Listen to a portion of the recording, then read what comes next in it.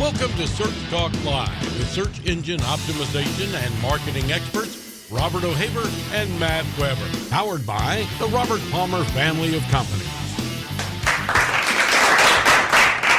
Good afternoon and welcome back to Search Talk Live. I'm your host, Robert O'Haver, with Matt Weber. Matt, how's it going? I'm doing well, and what a great enthusiastic crowd we've got in the studio today. That was some seriously good clapping. Yeah, right. So today we're going to dig into some more local search and some Google My Business stuff. I think it's important. I think it's something we need to cover every aspect we can because most of the work that our SEOs do is local. Definitely, and think about our timing here. I mean, we're coming off a week with some really significant changes in local search and in organic. So, and we got two heavy hitters back to back as guests in local. We've got two of the best. Yeah. So today, like I said, we're talking local search, and with us today, she is the founder of Sterling Sky. Sorry, losing my thought here. Joy Hawkins. Joy, how are you? Good. How are you? Good. Welcome to the show. Thanks for having me. So, why don't you tell us a little bit about yourself for the listeners anyway? Sure. So my background is definitely all in local SEO. Started in the industry back in 2006, and the agency that I run is specific to local search. I started that 2.5 years ago. And I'm a part of this group called Google Product Experts that are basically responsible for moderating Google's different forums that they have for all their different products. So I'm a moderator on the Google My Business forum specifically, and I've been in that program now for, I think 5 or 6 years now. Nice. All right, so I want to dig into it. We've had quite a bit of news come over the week. We've had, Google's updated their linking guidelines. Really not much has changed there. But the biggest thing that hit really yesterday, I believe it was yesterday, was about the rich snippets and the schema markup and really affecting organizations and small business. All across the board. Across the board, exactly. And it honestly, it wasn't very clear on how they really want things done. So, Joy, we're just going to turn to you and help us clear it up because their writing was awfully muddy. What do all those changes mean? Yeah, so it's kind of funny. I should preface this by saying that my outlook on schema may not agree with everybody else's. And hopefully I'm not jumping ahead of myself here, but I am a firm believer in watching what Google does, not what they say. And I've found with schema, a lot of what they say, they don't actually enforce in any way, shape, or form. So far with this update, I've seen zero changes. Like we haven't seen any businesses that we're working with lose rich snippets yet. I've heard of one case that was reported on my forum earlier today. I own and run a forum called the Local Search Forum, and there was somebody there that posted an example, but they're not even using the same schema type that like we use, because I know there's different ways to set schema up, right? Like depending on how you nest it and how it's formatted. So far, we haven't seen any impact, and unless it's something that Google actually enforces the way we think they're going to enforce it, I'm not panicking yet. Well, we do have, is it next week or next week? Yeah. We have John Mueller on the show, and we're going to grill him to get a really good explanation because we are. It is so confusing. You read through it, it's like we don't want you getting third-party reviews, but we also don't want you to control the reviews on your site. So what? Exactly. And Joy, you tweeted about this either yesterday or the day before about the impact of this change on third-party reviews specifically, potentially. Can you elaborate what these changes are as it relates to third-party reviews?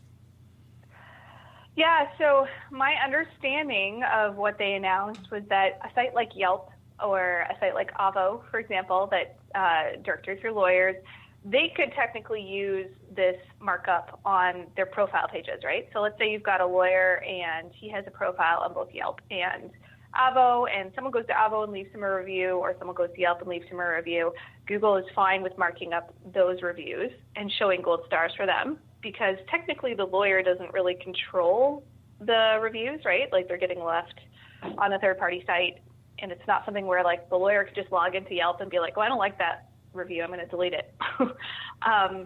What they're not okay with, based on my understanding, is that business taking reviews and putting them on their website through a platform of any type that they control.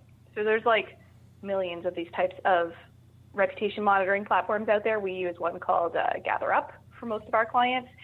And like, as far as I understand it, if we were gathering reviews via GatherUp, putting them on our website, which we do, those wouldn't be eligible anymore. Right. But that being said, I have yet to see any of those review stars disappear. So who knows? I mean, John Mueller was asked very specifically on Twitter if that was what they were referring to, and he said yes. But I've also seen him say that for other things that I've never actually seen Google enforce, ever. I'd have to agree there. One example would be also schema related, but marking up third-party reviews. So it's a commonly held belief in the industry that you're not supposed to mark up third-party reviews on your site. So, for example, if I'm a lawyer and I take a review off of Avo and I put it on my website and I mark it up with schema and I say this review is from Avo, you're not supposed to do that according to common understanding.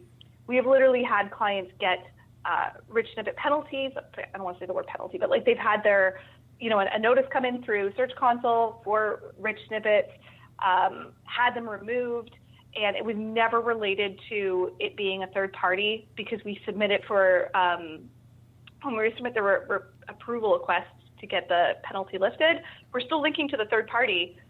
Just every time I've seen one, it's because the review isn't present on the page, like visible or something. Like, it's marked up in the code, but it's not visible, or some other factor, but it's never been because of third parties. Like, we've had penalties get lifted and they're clearly still linking to the third party that they're quoting. Yeah, and and the team is still like, here you go, you're fine now, you're in compliance. Probably the biggest thing I see people doing is they're using their Google My Business and marking that up. Yep, which is, I've never seen Google penalized for it, ever, not once. Yeah. Like, I've never seen a site lose their rich stars in the search results because they're marking up Google reviews, like, never once. Yeah, and I don't understand it, because they say they don't want you doing that. But that's not even a third party at that point. It's a second party. So they've introduced this, which was, to me, and I may have missed it, a new nomenclature called self-serving reviews, which in their newest documentation they define as any set of reviews that you can influence or control. So where does Google My Business reviews fit into that definition? And there are certainly plugins that take your GMB reviews and automatically display them without filtering on your website. So where does that fit into that criteria? What's your sense of that specific question, Joy? Can you display GMB reviews on your website and not be in violation of Google's policies? So we do. We've done it for clients many times, and I've never had an issue, but we don't use the aggregate markup. We use the individual review markup. So there may be a difference there. I'm not a schema expert, but I've consulted with them. Sure. And actually several of who I would consider schema experts, like, I don't know how to pronounce her name, but Martha from Van Berkel? She's really, yes, thank you. I mean, it really is not difficult to pronounce. Martha Van Berkel, she is also on the same page. She actually wrote an article on how it's totally fine to mark up third-party reviews and explain why. So, again, her opinion may be unpopular amongst the entire industry, but I agree with her, because I've never seen an issue with it. Like, I think what Google says versus what they do is very different. And as a marketer, I personally like to watch what they do, not what they say, because they say a lot of crap that they don't actually do. I agree, but this is the first time they've actually said we've released an algorithm for this specific situation. Mm-hmm. Well, it's kind of scary, because it would honestly be easy to detect, right? It's not that hard to detect it. Like, no, not at all. If it's a site and they're like adding reviews and they're not like, and they're talking about themselves, which is easy to find in the code, like, you would think it would be fairly easy to detect. This is kicking up so more. Far, I haven't seen anything. This is kicking up more dust than, I think it was just about a year ago this time, maybe a little longer, when they came out against review gating. Yeah. Mm-hmm. And to your point, Joy, I still see a lot of websites heavily involved in review gating and more specifically purchasing subscriptions to products that intentionally do review gating.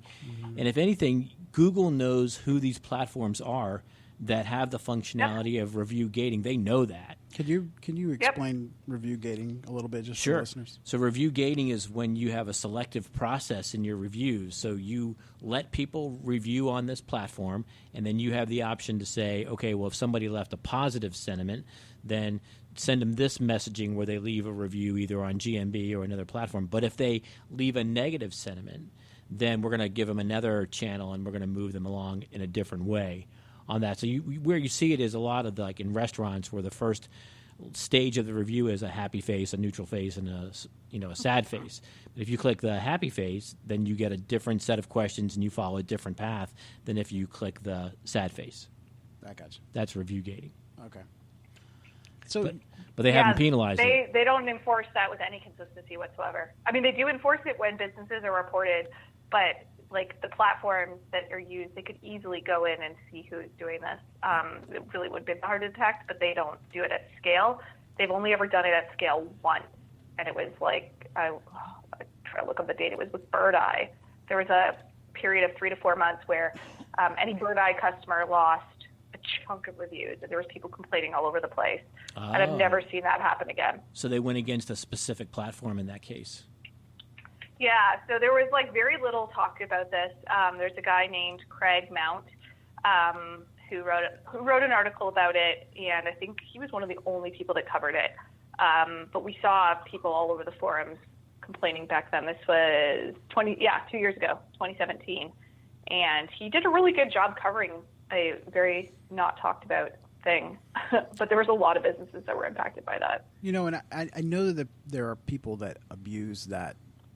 It's obvious, but for the people, the businesses that legitimately get good reviews or any reviews, and they're legitimate, why doesn't Google want you to share, especially Google My Business?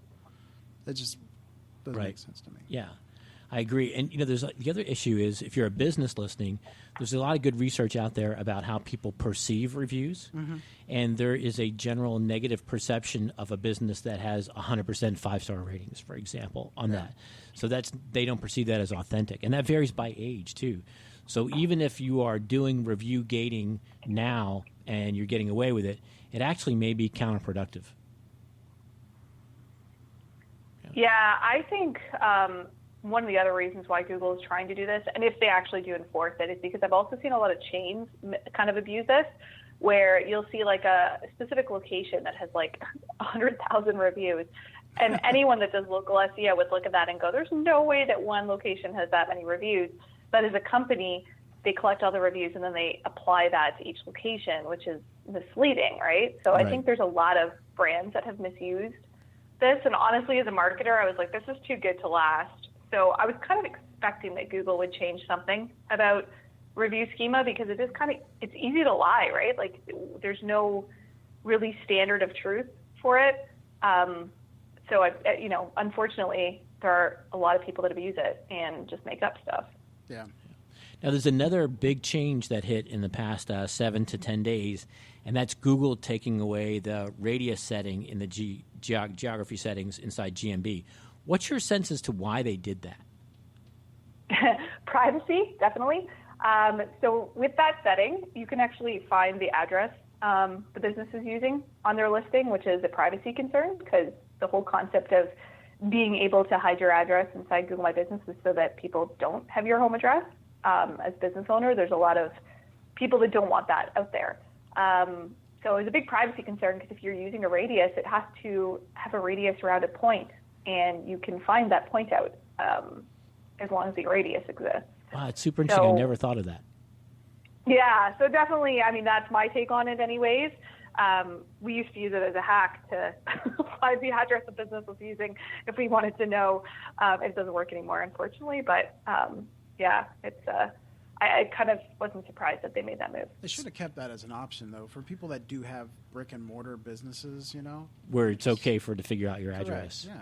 It's public information. Well, in that case, you would just show your address, and then you don't have to worry because you'd get a PIN, right? But, right. Yeah, but that leads to a debate that I think you were in the midst of on one of the forums, and that is, if you are a brick and mortar business, does it improve your exposure by also having a service area listed? Yeah. So in our testing, no. So I'm actually going to be talking about this on Thursday at Local U. It's kind of funny. My whole talk is about service area businesses, and we have our own company set up as a service area business. So Sterling Sky's listing, all of my employees work from home. We're all remote. So I use my home address as the address for our company's listing. And if you were to Google like Sterling Sky Inc., whatever, you wouldn't see the address on the listing because it's hidden, but it would show on the map, like not a radius, but a box around Toronto. I don't live in Toronto, just to be clear. I live in a town called Uxbridge. So I verify the listing using my Uxbridge address, but I set my service area to Toronto. I don't rank anywhere in Toronto or even like remotely for any Toronto terms. I don't rank when you search from Toronto. All the traffic and places that my listing currently ranks all have to do with where I verify the listing, like in my town. Gotcha. Really? And that's always been the way that we've seen it for every business I've ever looked at. Like that hasn't changed in like the entire history of my career. So if it does change, that would be awesome. But at the moment, we've never seen any indication that service areas impact where you show up. Now, Joy, last week we had Mike Blumenthal on the show, and I know you know him, right? You know Mike, right? Oh, yeah. Okay. Just got quiet there for a minute. Anyway, you brought up something about the mobile phones. Yeah. And bring that up to Joy. I'd like to see what her thoughts are. So there was, and I think it was on your forum as well, and I thought Mike mentioned it on his video cast, about a theory that if you have a local listing with a service area, a GMB with a service area, if you put a phone number in there that is a mobile phone that physically spends time in the targeted area you want to rank for, that you will rank in that targeted area. Interesting. I like that. It's an interesting theory. I do think that came up. I've never tested it, to be honest. That's not one I mean, I don't know why Google would associate a listings ranking with a phone. Like, because I'm trying to think of all these scenarios. Like, what if the marketing company was the one that set up the listing for a business, and then they're basing it on that other person's? Like, that doesn't make any sense to me why Google would do that. To me, it is plausible. And when you connect the dots with Google Ads, and one of the changes they made, I think, 4 weeks ago with Google Ads, was that your location setting preference now includes people who have a history or a demonstrated history of traveling into your target market. Yes. So you're saying, so they are actually charting where these phones go, and they know that my phone has a history of being in this geographic unit. And even though I'm not in that unit right now, I'm going to see that ad because my phone has a history of being in that geography. So you take that and you add it to what this theory is for GMB, and you go, that's plausible, right? Because if somebody's let's say somebody's a lawn company, and the guy's phone is in city X, physically in city X, and somebody searches for landscaping company city X, they have all the data they need to say that this guy has the ability to service that searcher quickly because he's in that geography. That's really interesting. You know, it's almost the same technology as an Uber driver, you know. Exactly. Yes. You know, you're in that certain area, and you get pinged for those rides in those areas. Exactly. And Joy, let me come back to the service area question a lot, because a lot of GMBs struggle with this just a little bit. And I'll give you a theory, and I won't mention any names, that a Googler actually once introduced me to, that the service area definition is widely dynamic based on your category. Meaning, how they interpret what you submit is based on your category. So it says, okay, well, if you're a coffee shop, they know what a reasonable service area is for a coffee shop. So if you put in a geography that's like 40 square miles, they're going to go, no. If you're a intellectual property attorney and you choose attorney and you put in a service area that is 40 square miles, they're going to say, got it, check, good.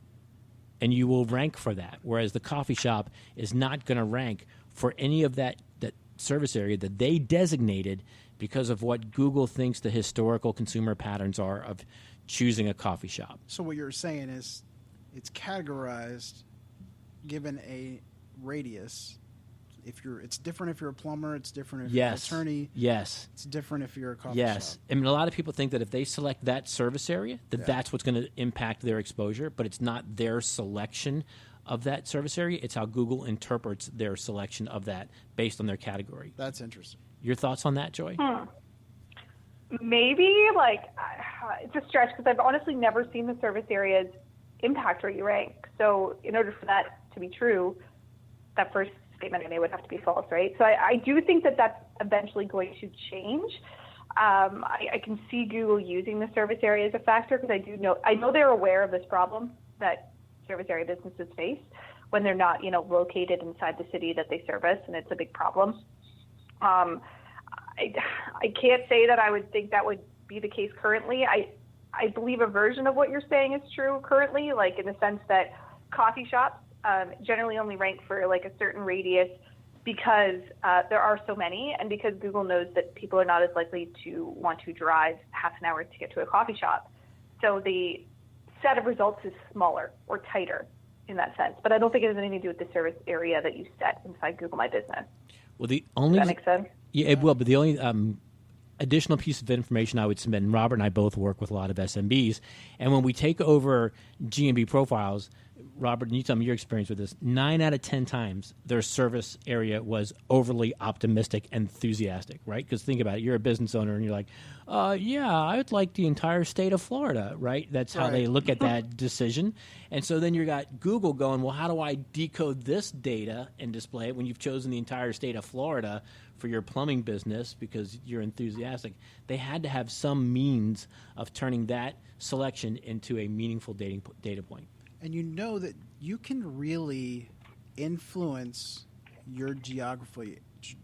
I can't talk today. Geographical area using schema. Yes. You can influence your local 3-pack, your listing, using that. Yes. And while we're on this is a really great topic, this GMB service area topic. Here's the question, Joy, that every business owner wants to ask you. There are thousands of businesses out there that are physically located just outside a major metro area that they service. They have a physical address just outside it, and they want to rank for that. How do they do it? They want to ask you, the leading expert, what's the answer to that question? Let's go with a plumber. Yeah. Well, my answer is never what people want to hear because they want to know that there is some easy way to solve that problem, and there isn't. Again, this is literally what I'm talking on in 2 days, so I'll use my pieces from that. But one of the ways that I try to solve it is by looking outside the box to see if there is an address that you can use that is inside the city. So I'm giving, in my presentation at Local U, I'm giving 2 examples where this worked really well. One was a friend of mine that was a tree company, and he basically is located in this really dinky small town that no one would ever search in. He's by a beach, and I think it's got 200 people in his town. And the main areas that he services a whole bunch of cities, but they're not where he lives. So what we ended up doing for him is he has a business partner that's not super involved in the business, but owns a part of the business. And he lives in a much more prominent town. So we switched everything from the one guy's address to his business partner's address, which is totally fine with the GMB guidelines. And then similarly, I have a guy that I know that runs a marketing agency, and he lives in Richmond Hill, which is a suburb of Toronto. So he would much rather rank in Toronto, obviously. And he runs everything from his home, so he didn't want to use his home address in Richmond Hill, so he used the address of a condo that he owns and rents out in Toronto. He owns it, so totally fine as far as Google's concerned. He has, he's not using his friend's address. So I know there's been cases where we've seen it work. So, if someone's investing in a property or owns a property that's in the town, that would be one way to get around it. Now you're going to open up Pandora's box here, because with Mike, we talked about citations, and in the 2 examples you just provided, I'm going to assume that neither of those addresses had any level of citations pointing to them, validating those as NAP addresses of that business. Is that a true statement? I'm going to check really quickly here. I don't. So with my friend that lives in the bigger, or his partner lives in the bigger town, we did switch all the citations as well. Because we're like, why not? This is going to be the main thing. This was a couple years ago. For the other one, I don't know if they have put their Toronto address anywhere, because it is a residential address. So I want to say he doesn't really prominently advertise it, but it's probably listed on his citations as well. Yeah, it is. Okay, so that led to a discussion with Mike about the value of citations, which, was page one of a lot of local search playbooks for a long time. And Mike took the position that is not bringing as much value as it once did. What's your thought on citation building? Yeah, so it's kind of interesting. This is another conversation that has actually surfaced recently. There is a group of people in the local SEO community that are strong believers in citations, and they will preach it till the end of the day that citations matter, and you can do what they call fancy things with citations that help. All the research I've done into that has shown that what they're doing as a strategy, there's two different options I've seen. One is to create duplicate citations everywhere and link one of them to your Google My Business listing, as well as the other citation you have that links to your website. I mean, I don't know, maybe that works, maybe it doesn't, but it makes me think that eventually the directories would catch on and merge them, you would think. Who knows? So I'm not really a fan of that strategy. The other strategy is just to keyword stuff the hell out of the citations that you build and put like a word in beside your title. So I would put like Sterling Sky, best local SEO agency ever as my title on Yelp, for example. And it works. But what I noticed is that it only works for that exact variation. So if I put local SEO agency Toronto as like the variation, I would rank for that exact query. But if I just did local SEO agency, or if I even reversed the order and put Toronto local SEO agency, you don't have the same effect. So it's very limited. I mean, I would say it works. Not a solution I would try personally. I don't like that tactic, but it does seem to work for whatever one keyword you decide to keyword stuff in your title of your page. Yeah, there's a lot of variables there that affect that, but I think, obviously, I sound like I'm advertising schema, but with the advent of schema, a lot of that, I mean, it still has its place, but I think with the advent of schema, you can really, I mean, you're doing latitude, longitude, areas served. I mean, it covers it, Yeah, and that explains why you got that new vanity plate on your car, schema, right? That's how I can tell. That's how I can tell it's you. And Joy, we asked Mike about two radical, maybe not call them radical, innovative techniques that are floating around. And I think one of them was on your forums. One is to go ahead and publish your GMB website, even though you don't point your main domain to it. You just publish it. And then the second is to produce a sidebar on either your location-specific page or your contact page that has external links to geographically specific resources. Mm-hmm. Reactions to those two? So the GMB website, why not? I have to pull up the notes from our test. We were testing that on a client. I don't believe it had any substantial influence. Like, if it does have an influence, we're talking like if there's 3,000 things that Google looks at to determine where you rank, it's like one. So it's not going to really move the needle based on this one test we've been doing. So but it takes 2 seconds. So, like, what's the harm? Yeah, so you're saying use that as an external link source? Kind of. You publish the GMB website, which, if you're in your GMB profile, you click 3 buttons and you can publish a website.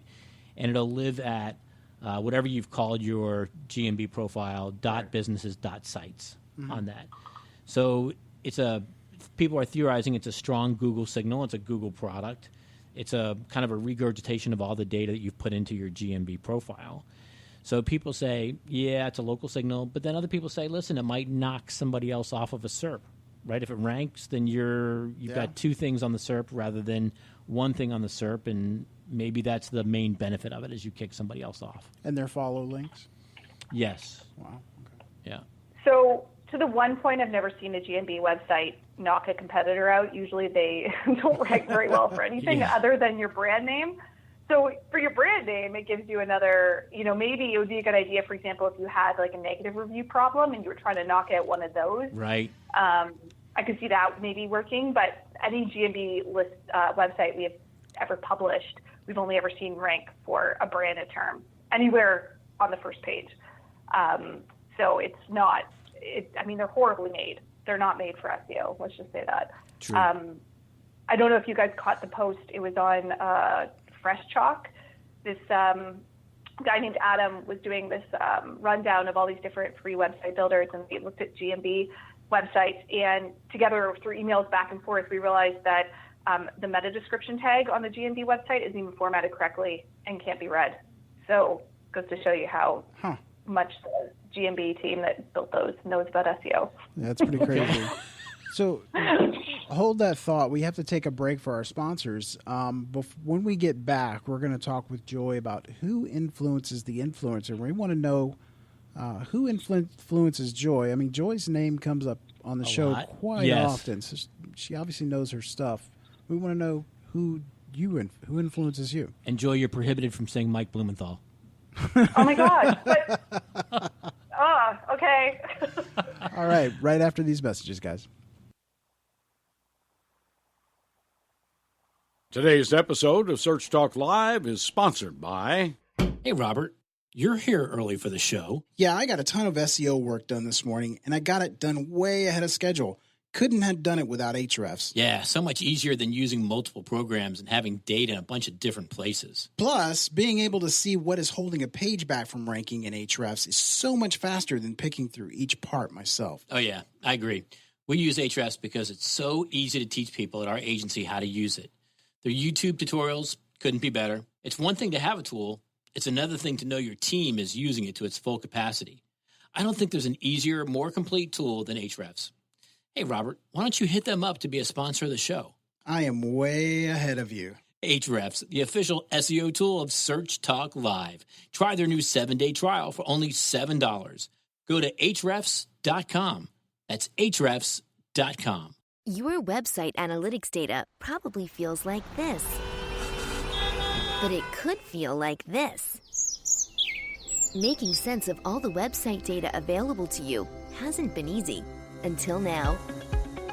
Smialytics transforms your website analytics data into easy-to-understand memorable photographs. You pick your own photo theme. Smialytics. S-M-Y-L-E Lytics. Like analytics. Only happier. And it's free at Smialytics.com. Want to know how your website is doing? Get the big picture with pictures. It's the easiest and most enjoyable way to understand your website data. No charts, no graphs, no cost. Sign up today. Smialytics. S-M-Y-L-E Lytics. Like analytics. Only happier at Smialytics.com.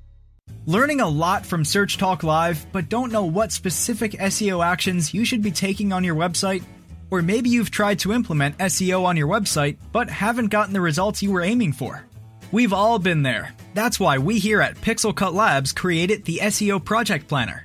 It's a one-time project where our SEO team runs a full site crawl, overlays data from leading SEO tools, and manually audits every page on your website. We'll use our findings to craft a strategic plan that covers everything from your link building strategy to page-level technical SEO and content recommendations. The Project Planner is perfect for businesses that are serious about SEO and want to hit a home run by leveraging our proven SEO strategy.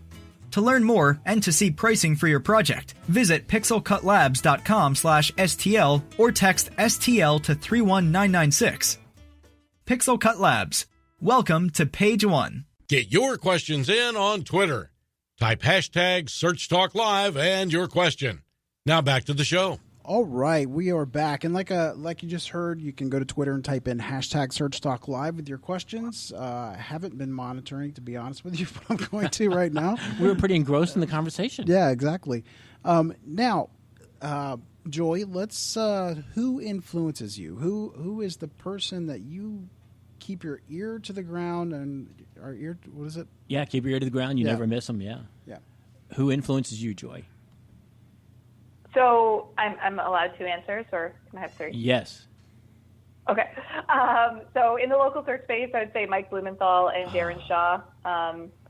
both, interestingly, who don't really do SEO. They both run SaaS companies that are in the local search space, but they are very well versed in the local SEO industry, and they really know their stuff, and they don't come to conclusions lightly, which is nice. And then outside of the specific to local SEO space, but more like generic SEO, I would say Marie Haynes. So I what was that read name everything she puts in her newsletter. Marie Haynes. Great. You know, in terms of getting knowledge, too, I think people really need to check out the 2 forums that you oversee. There's some really great discussions on there. And if we have time left, I'd love to ask you about what's your weirdest forum story. But can you tell people about the 2 forums that you participate in? Yeah, the local search forum I own. So I bought from Linda Bouquet last year. So she retired. She was another one of my mentors, but she doesn't work in the industry anymore. She retired. And so that's everything to do with the local search. And then I moderate the Google My Business forum that Google owns, their forum for their product. I'm just a moderator on there. Okay.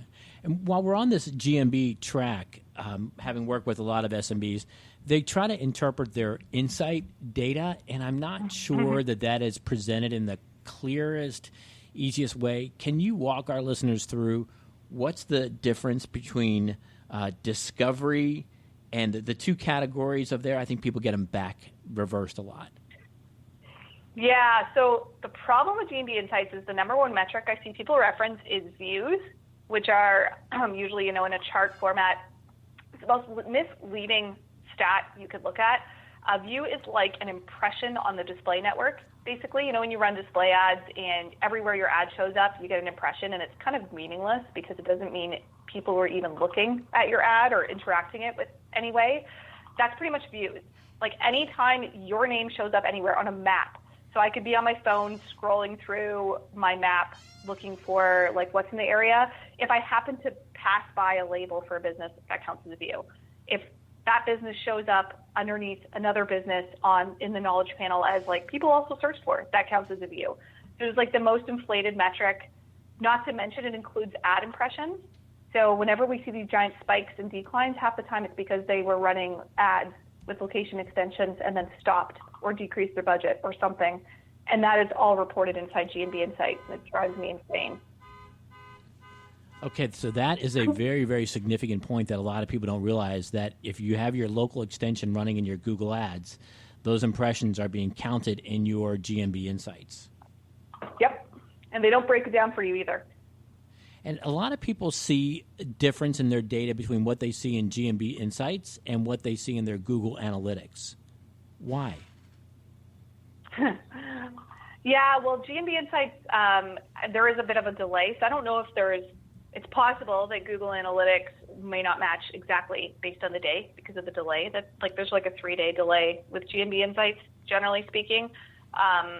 So that could be one reason. Like if you're using like last 30 days and you compare both, they're probably not going to match. But if you use UTM codes inside GMB, it's the best chance you have of having them all line up. So we do that with all of our clients, and then usually we default to Google Analytics. But we also use call tracking numbers inside Google My Business because that's like the ultimate source of truth, to see how many people actually called you as a result of your listing. Because a lot of people don't convert on the website. They convert on the actual listing itself. So call tracking, I think, is key to having any idea of what's going on. Yeah, Robert, who was our recent guest that coined a term that I wasn't familiar with, that is Google SERP optimization. And so he was espousing this theory that more and more transactions are happening on the SERP itself, and that you really have to start adopting the mentality of optimizing your presence on the SERP to be able to convince the consumer to do the thing that they wanted to do there. I don't remember who. But that was a fascinating discussion, wasn't it? Definitely. Yeah. Do you find that affects? I don't know if anybody's ever done a test on this. If you have, leave in the comments on Twitter. But using different tracking phone numbers, which I actually do that myself too, for my clients, but affecting any credibility. You know what I'm saying? Almost like not having the same address in all places. Joy, do you have a thought on that? It doesn't impact your ranking, if that's what you were wondering. What we do is we put the call tracking number as the primary phone number, and then there's a line inside Google My Business for other phone numbers. So you just put the real phone number as a secondary number. Sure. The only time it really causes problems is if you have Google My Business synced up with Yext or Moz Local or any of those services, and you don't have the tracking number in there, they'll keep trying to change it back.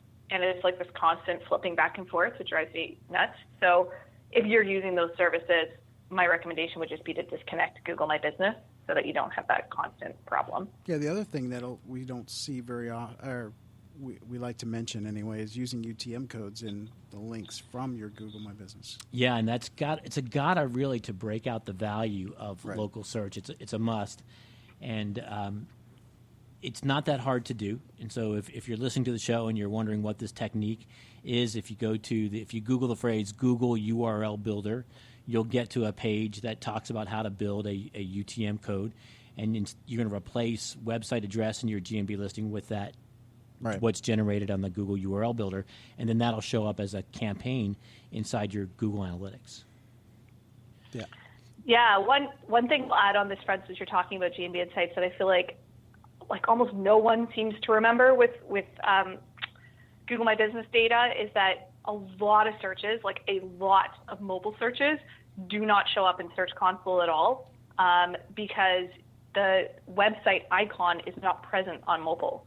So if you go to your phone right now and you search coffee shop near me, there's no website icons. There's just photos, at least there is for me. And usually there's a phone icon. But a lot of times the website icons are missing on mobile. So all of these search queries that triggered your listing do not show up inside Search Console. That's nuts. This is where we do actually use GMB data because we look at the search queries in sites. And we see all these near me terms that don't show up as heavily inside Search Console, or we see certain terms that don't match up. I feel like that is a missing key element that a lot of people don't realize, but another reason to use call tracking. Yeah, and we want to get back just to where we're going to close out the section on GMB Insights, but people see that giant pie chart at the top of GMB Insights. It says direct and discovery. Tell our listeners, what does that mean? Yeah, so direct visits are visits where you were the only result that pulled up. So if you search Sterling Sky, that is a direct visit because Sterling Sky is the only listing that shows up, likely, unless there's another Sterling Sky near you. Discovery would be anything else that returns a traditional 3-pack or 2-pack result. Yeah, I have a bad relationship with analytics right now because I've got a couple of sites that have spiked recently, but it doesn't give you any keywords.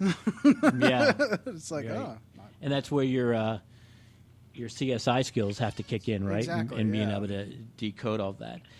Joy, in your sense, why do you think that in GMB Insights, why does Google show a comparison of your photo views and other businesses in your industry as a metric, but not other metrics like here's the number of calls compared to other calls in your industry, or here's the number of texts you received?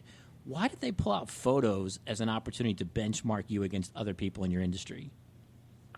Because I think that Google wants you to do something when it comes to photos. So they're really trying to get businesses to add more photos to their listings because that in turn helps Google. The more data that you give Google, the more it helps Google become the presence, the place where everybody goes to get every piece of information on every business, right? Mm-hmm. They don't have that same advantage. Why do they care about your phone? There's nothing that they can get from you by displaying that information. So I believe they do really focus on photos because it really helps them. The more data they have, they really want businesses to add lots of photos. If we had some sound effects, Robert, we should cue some mystery music here because, Joy, here's a question on everybody's mind. Why do some businesses experience changes in their Google My Business listing that they did not put in there? I got the answer to that. Go ahead. We just wrote an article about this last week on the Sterling Sky blog. So there's several different options of who's updating your Google My Business listing if it's not you. I'll kind of quickly run through them. One would be it's a third-party data source. We see this sometimes with car dealers. Their site has the proper hours, but their parent company site does not, and there's conflicting information there. So it's possible it's coming from a third-party source. Third-party apps is usually the biggest cause of this. So like I was talking about Yext, MozLocal, ones like those where they access your data.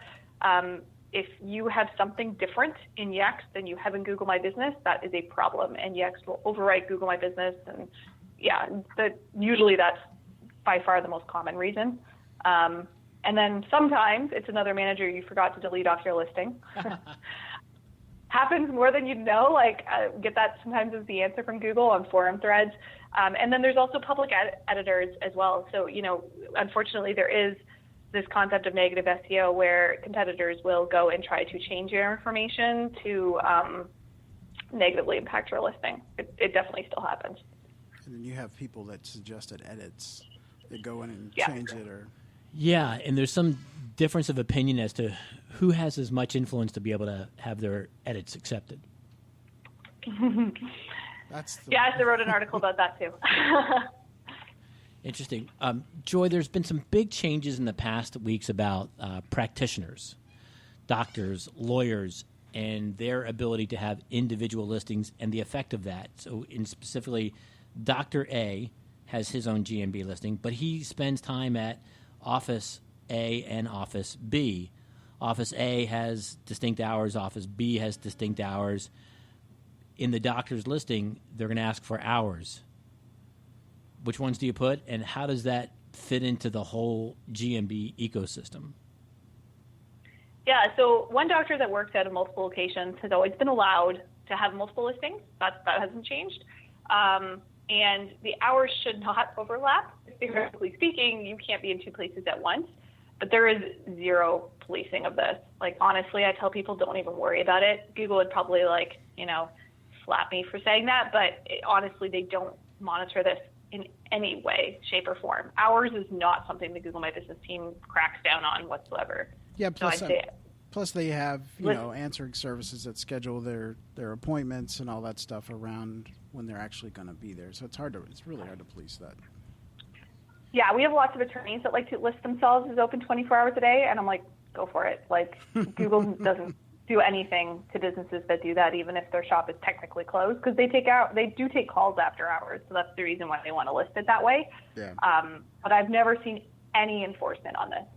One of those things where it's like what Google says versus what Google does is very different. But I think they're still displaying the little signal, the little sign on your GMB listing that says verified by owner for your hours. And then for people that don't verify it, they show it in red. In red, it says not verified by owner. Well, I think the wording is a little bit different. But then if the business has verified it, it's in green, and it says verified by owner.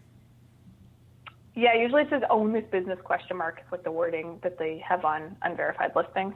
But if your hours specifically are put in by you, then they have a messaging sometimes in some categories. And if your hours are not put in by you and they have reason to doubt them, they put it in red. They say not verified. I'm sure I've ever seen that. Yeah. I know for special hours they do, like for holidays and stuff. If the business has added special hours, it has different messaging. Right. If there's a holiday coming up, and if you haven't told them whether or not you're going to be open or closed, it'll give some message that indicates that's not verified. Yeah, like I have a sushi listing open right now that's nearby that's not verified. The hours don't show up red for me. I don't know. Maybe it's different by different devices, possibly. Joy, if there was a sudden law change in the United States and you were only allowed to place your business in 3 directories, and you owned an air conditioning repair company, and the law says you can only put your business in 3 online directories, what 3 are you choosing and why? My answer would vary quite drastically based on the industry. So like you said, air, if it was an AC company, I'd probably put like Home Advisor up there, but obviously not if it was a doctor or a lawyer. I think the niche directories are often the most valuable. So depending on the industry, I'd put those at the top. And then that varies also based on the country. So there are certain directories I know in the UK or Canada that are more prominent than the US. As a whole, like across every industry, I would say Yelp, Facebook, and Apple Maps. Facebook, Yelp, and? Apple Maps. Apple Maps. I just said Apple Labs. I did too. Apple Maps, really? You think Apple Maps is that influential? I think they make it purposely hard to track so no one has any clue what they're getting. It's a lot of direct traffic and stuff inside Google Analytics. We have been trying to find a creative way to track it. No luck yet. But I think it's powerful because it's the default for iPhones, right? Like they don't default to Google Maps, they default to Apple Maps. And a lot of people think they're using Google when they're actually using Apple. I find that with myself. I'm like, why is this so, I'm going to say bad, but why is this so not good? And it's because I'm not using Google Maps. I'm on Apple Maps. Right. If you're in CarPlay, right? CarPlay, and it defaults to Apple Maps. You don't use MapQuest? I'm joking. Okay, Joe, we got a big one for you. What's the future of local? Do you see it being paid? Do you see someday Google says, hey, all you businesses that have been getting tremendous value out of these GMB listings, pay to play. Here's your options. What's your sense of where it's going? I do not think they're going to make it strictly paid. I think that would be a bad experience for users. Like, I do think the general public would be pissed off if it was a purely paid. First page will be paid. Second page would be organic. I honestly think it would have a detrimental impact on Google if they did that. I think users would leave. I've already heard people I'm friends with say that they want to stop using Google because they're so sick of the ads. So I think Google's already trading a fine line there. If they were to switch it to a complete pay-to-play model, it would be and I think they know that, which is why I don't think they're going to do it. I do think that they're going to expand the local service ads platform like crazy, because we're already seeing it now for like realtors and lawyers. They're experimenting with it in I think it's the San Diego market. Yeah. So those are looking less and less like ads, and they're shoving them now in the 3-pack and doing all kinds of stuff there. So I think they'll continue to try to make ads look less like ads, but I don't think they're going to get rid of Google My Business or make it all paid. Okay, I'll interject a theory, Robert. Tell me your thoughts on this. GMB becomes a freemium model. You get X amount of functions for free, but if you want the upgraded video functionality, or if you want the upgraded find out the color of the eyes of your best customers functionality, you got to pay for that. I don't think so, because then they become another Yelp or Yellow Pages. Or there's a lot of money in being a Yelp. Well, yeah. Yeah, but how many people actually have a paid listing? In Yelp, right. Yeah. Yeah. I bet you it's more than we think it is. Think so? Yeah, and if you ever watch the documentary on Amazon Prime about Yelp, you would say, yeah, it's more than we think it is. Huh. Which is a great documentary for everybody to watch, by the way. I honestly, in the thousands of searches I've done, in the last 5 years, I haven't seen Yelp show up for any of them. So I don't. We have clients using Yelp Ads. I'm actually a fan of them. They're more expensive than Google Ads, like the cost per lead, but they are a good way to get more leads if you're like a business that you just need more leads and you're okay with paying a little more. But it's category specific, right? I think more geographically specific. Like there are certain areas where like no one uses Yelp, and there's certain areas where it's like everyone uses Yelp. I'm obviously being very generic, but I think it really varies based on the area. But you wouldn't look for an ophthalmologist on Yelp? No. Not me. Probably. Well, it depends. If you were in San Francisco, I'd say probably yes. Okay. That's fair. So it is geographical. Yeah, there was a built-in joke, though. If you're looking for an ophthalmologist, you wouldn't look on Yelp. But we'll go to that. Is it time for Believe It or Leave It? It is time for Believe It or Leave It. All right, Joy, Believe It or Leave It, one of the most popular features of Search Talk Live. We're going to give you 3 statements, and we're going to ask you to tell our listeners whether they should believe it or whether they should leave it, and, of course, tell them why. Are you ready? Okay, I'm ready. All right, number 1. Wow, the timing of this is unbelievable, and this was not planned. Paying for a Yelp advertising program improves your local ranking, even in the Google Local Pack. Oh, that's interesting. I would test it, to be honest. I wouldn't completely dismiss it. It's not test it or leave it. Okay, well, without testing it, I'd say that there's a definite possibility that it could. So I would try it. That's a borderline believe it. And the reason why is because I think when you pay, you show up in more of the search result pages on Yelp, which get indexed by Google. So the more of those that you're on, I know that Yelp does impact your ranking on Google. Like Mike Blumenthal kind of showed a test and did a test on that a couple years ago where they used some fake reviews on Yelp to influence where a business ranked on Google and it worked. So I think Yelp is one that Google does pay attention to. So theoretically, yeah, I think it could work. I've never tested it though, so. All right. Yeah. Question number 2. Sorry, I'm breaking your rule. No, it's okay. Question number 2. You can delete negative reviews on Google if a long time has transpired between the transaction and the review. No. That one I don't have to think about now. Yeah, That's a definite leave it? Time period. Yeah. What are the conditions for getting a review removed? Probably the second most popular question I get as I travel the country.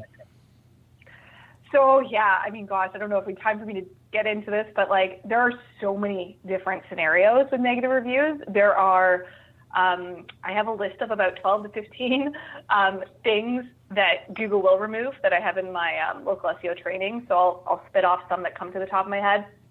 If a person has reviewed multiple locations for the same business, Google will generally remove those. So like your realtor pisses you off, so then you go and leave reviews for all these different real estate locations from that same company. Google will remove those. If it's a racist review, depending on how they phrase it, it sometimes gets removed.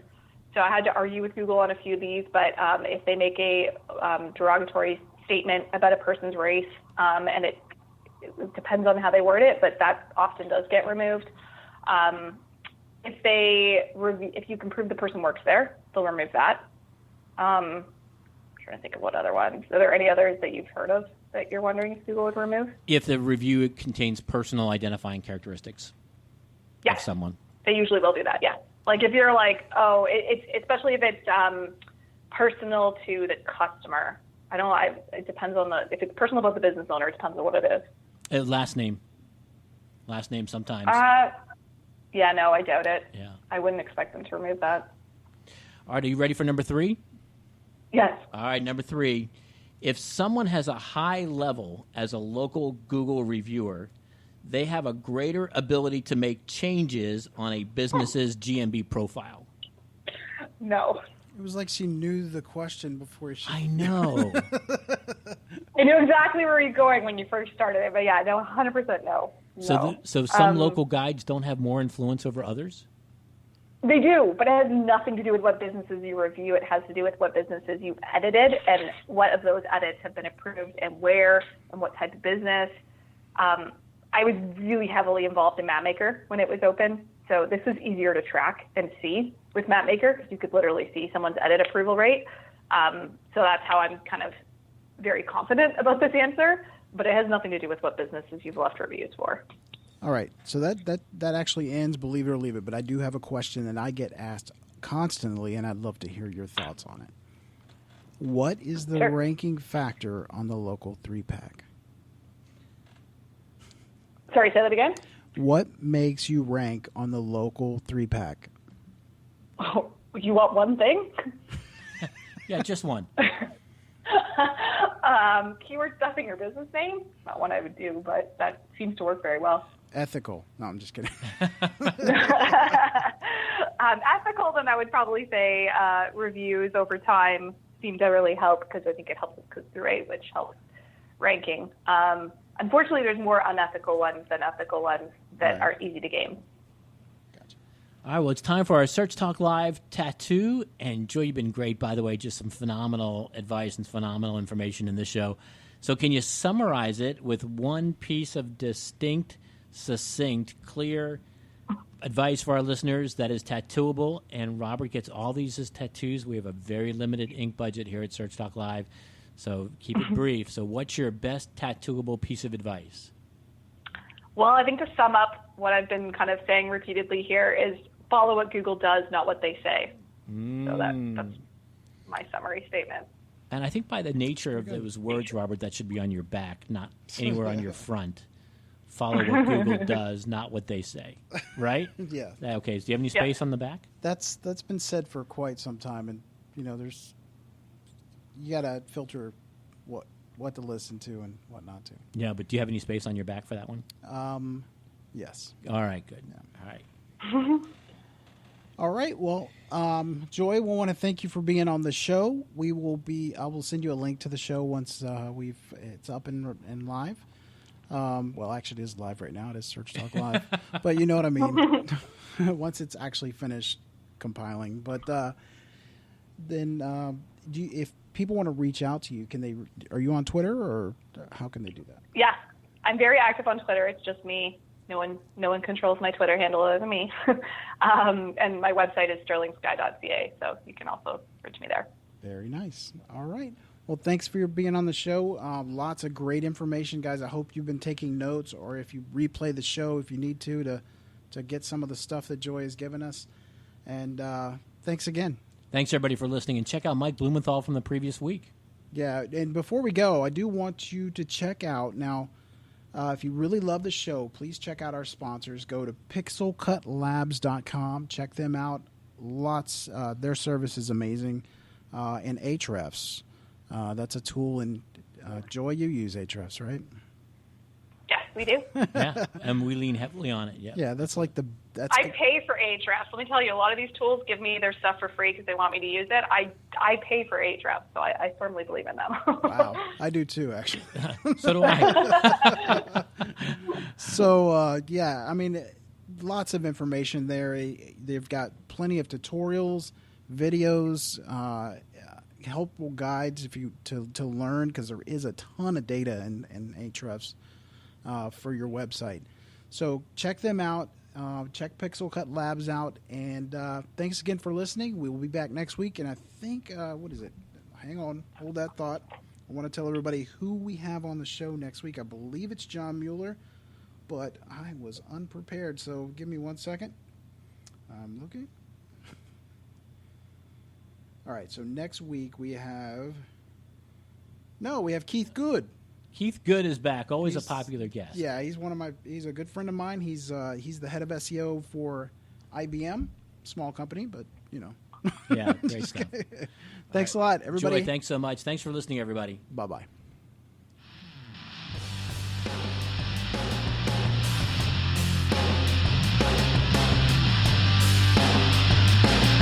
Search Talk Live is sponsored by the Robert Palmer family of companies. If you have questions for Search Talk Live, or you're interested in being a guest or a sponsor of the show, email Robert at searchtalklive.com. That's searchtalklive.com.